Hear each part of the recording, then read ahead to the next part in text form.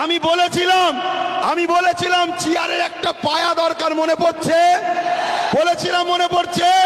আজকে বলুন, টোটাল ভারতবর্ষে যদি বা বাংলা থেকে যদি 2-5টা নওশাদ সিদ্দিকীর মতো যদি সেন্টারে পাঠানো যেত, তাহলে বিল করার সাথে সাথে চেয়ার ছুঁড়ে মারত। এখান থেকে সংবিধানের বিরুদ্ধে কথা বলছিস, কিন্তু আজ আমরা লোভে পড়ে গেলাম বা জালিমদের লুটাতে আমরা হেরে গেলাম। কিন্তু মনে রাখবেন, এই লড়াই অনেক দিন কালের। আগামী দিন অস্তিত্ব বাঁচাবার জন্য যেমন আমাদেরকে রাজপথে সংবিধানের অধিকার নিয়ে লড়াই করতে হবে, ঠিক তেমনি সংবিধানের অধিকার নিয়ে নিজেদেরকে বাঁচার জন্য, নিজেদের অকাপ বাঁচাবার জন্য একটা চেয়ারের পায়ারও দরকার আছে না নাই?